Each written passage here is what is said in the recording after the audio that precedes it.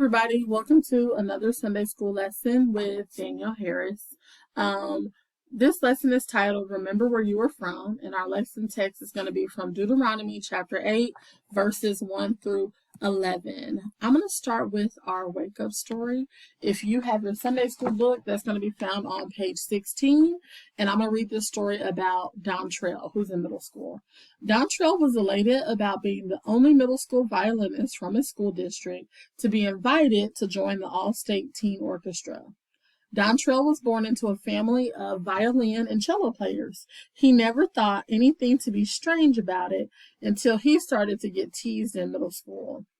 Dontrell was finally getting the credit that he thought he deserved. Dontrell could not wait to boast about his accomplishments to his classmates that gave him such a hard time. When Dontrell arrived at his orchestra class, he expected his teacher to announce his invitation to the all-state orchestra. The teacher never mentioned it, going on with class as usual. Dontrell was tempted to say something, but he thought it would be better for the teacher to announce it instead of doing it himself. The class period ended without the teacher saying anything about it. Dontrell could not believe his accomplishment was overlooked. Later that evening, Dontrell talked to his mother about his frustration of being overlooked. Dontrell's mother said, "Why is it so important to you that your classmates know about your accomplishment? You know what you did, and we know what you did. It is nice that other people share in your victories and good fortune, but you do not need their approval. In fact, it does not seem like you really want them to share in the joy of this. Instead, you want to puff yourself up and make them feel bad for doubting you." Remember, they were teasing him. Do you think that is the right attitude? Dontrell admitted that he did want to boast for his accomplishment to his classmates. He realized that he should be thankful that God chose to promote him and bless him with a special opportunity. He was seeking praise, though well-deserved, for the wrong reason. What should Dontrell do next about his frustration of not being recognized? Okay, so I want you to consider a few things. The first thing, the vocabulary word boasting. Boasting is bragging. You've probably heard bragging before. You probably know what it means when somebody brags on themselves or brags on something else, but that's what boasting is. So I want you to consider these 3 questions. What does the word humble mean to you? In what areas has God elevated you? And then, do you really give God credit for those areas, for those gifts, for those talents, for those special skills and accomplishments that you have had? Okay, so we are going to jump into our scripture lesson. We are still on page 16, and the scripture is in the yellow box. It's on the right corner under the title Word Up. So just a little background knowledge. You guys are familiar with the children of Israel. These are the group of people who are under the leadership of Moses. Remember, Moses goes to Pharaoh, "Let my people go." These are the people who Moses is leading. So they've been delivered from Egyptian slavery. When they get delivered, God gives Moses the law. These are the rules, the regulations, the expectations that God has for his people. And they are to obey them, but they don't. They don't keep God's laws. They don't keep his commands. They complain, they grumble, they turn their back on them. And so they go into this wilderness experience, this experience where God has to teach them and grow them and stretch them. And then he even said that those people that were part of that first generation of people that came out of Egypt would not be permitted to go to the promised land. And so it took 40 years. This was supposed to be an 11-day journey. It ended up taking 40 years for them to get to the promised land, to where they were ready to go over into the promised land and possess and take over that land. So our lesson today picks up with them ready to cross over into Canaan. And Moses is reteaching them. This is a new generation. Remember, the old generation had died off. This is a new generation. He's reteaching them, rededicating them to the law of God, because that's a condition. They're going to this land that God promised them, but they are to keep his commands there. Okay, so I'm going to read Deuteronomy 8, verse 1, and then we'll discuss the points, and then we'll move on from there. Be careful to obey all the commands I am giving you today. Then you will live and multiply, and you will enter and occupy the land the Lord swore to your ancestors. Okay, so Moses starts with this warning to be careful. Moses has been their leader and their teacher for over 40 years, and he knows that they need a reminder to be careful, to stay and be obedient to God. God had promised this land, this promised land, flowing with milk and honey, even to Abraham hundreds of years ago. And God keeps his promises. He promised that land to Abraham and his descendants, who would be like the stars in the sky. God keeps his promises that he makes.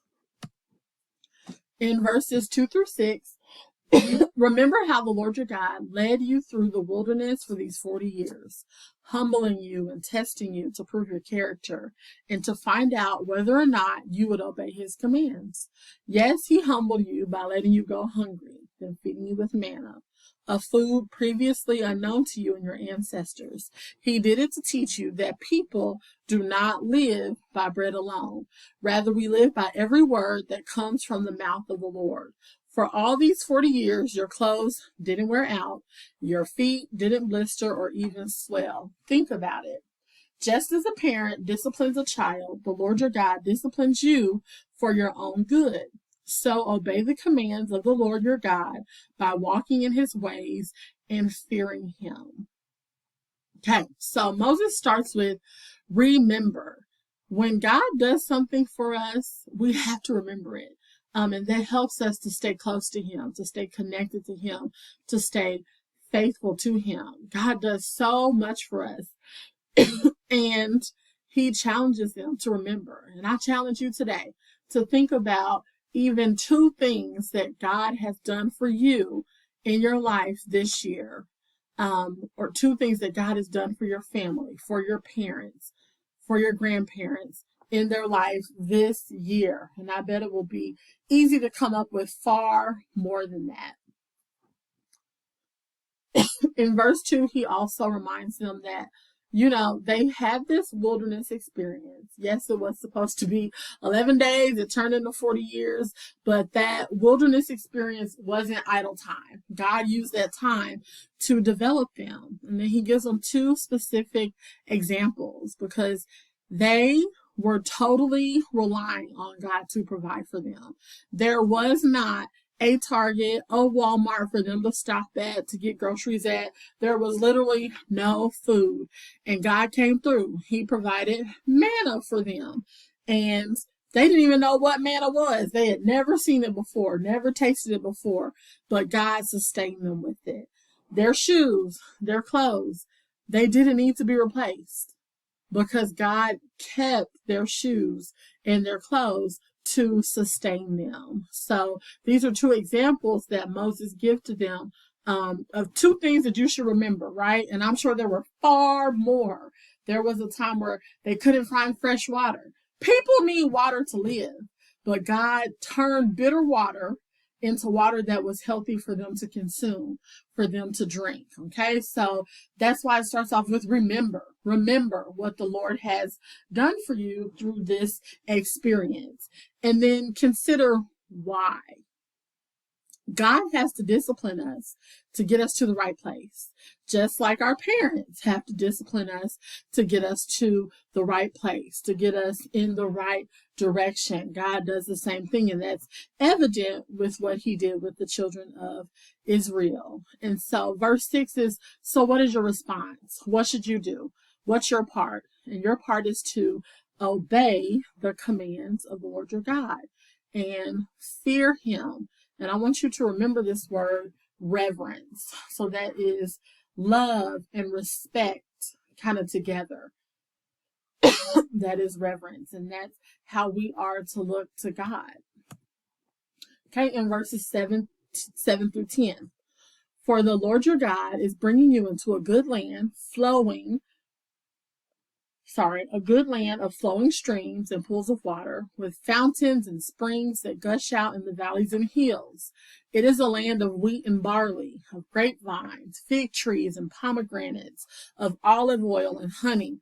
It is a land where food is plentiful and nothing is lacking. It is a land where iron is as common as stone and copper is abundant in the hills.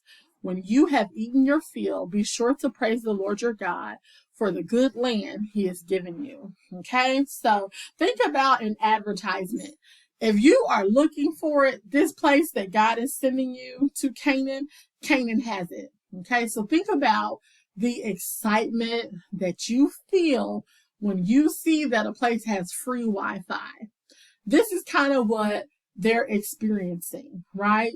So they're going to go from roaming in the wilderness, in the desert, to a place with not just one way to get water, but there are flowing streams, there's pools of waters, there's fountains, there's springs everywhere. And then the land is fruitful. There's barley, there's wheat, there's grapevines, there's figs, there's pomegranates. So this is not a place that is lacking resources. And remember, God has sent them there. So he provided for them in the wilderness, and he's continuing to provide for them in this new land with that they're going to. And verse 10 says, when you have eaten your fill, they're going to get full. They're going to have the resources that they need. That's guaranteed. But be sure to praise the Lord your God for the good land he has given you. So recognize and remember that it's God that provided this land, and that we are to be thankful and to not forget that all of this is from God. God does not have to do what he does for us, but he's so kind and he loves us so much. In verse 11, but that is the time to be careful. So think about, they're at this place where they have everything they need. They don't have to look for water, it's there. But this is the time to be careful. Beware that in your planning you do not forget the Lord your God and disobey his commands, regulations, and decrees that I am giving you today. So Moses gives them the warning that it's really easy to forget when everything is provided for you. And I think that happens towards our parents when we are children. We just think all this great stuff, we should have it. We're entitled to it. You may think you're entitled to Wi-Fi, but there are kids that don't have a computer, that don't have technology, that don't have the internet. So don't forget to be obedient to God. Hold up your part of the bargain, your part of this deal. When things are good, don't forget. Okay, so a few aha moments for you guys. The first one is that God keeps his promises to you. Don't forget to remember all that God has done for you. The development matters. And it's hard when you're a teenager because you're having an opportunity to develop quickly, but it matters. And then our response to what God has done for us matters. But then I want you to just take solace in this. When God gives you something, he hooks it up. He hooked Canaan up. It was flowing in everything that they needed, and they needed in the moment, and then it was sustaining them going forward. So there's so many reasons to stay close to God. Join me in prayer. God, I just thank you so much for this lesson, for the way that we can apply this to our life, to never forget to be thankful to you, to praise you for all that you've done for us, but God, also to keep your commands, to obey you, to do what you've asked us to do, and even to obey our parents and honor our parents. God, we need your help to do that. God, we thank you, and I thank you for every teenager who's going to get to experience this lesson. And I pray that they have a heart to serve you and to stay close to you, to obey you. In Jesus' name I pray, amen.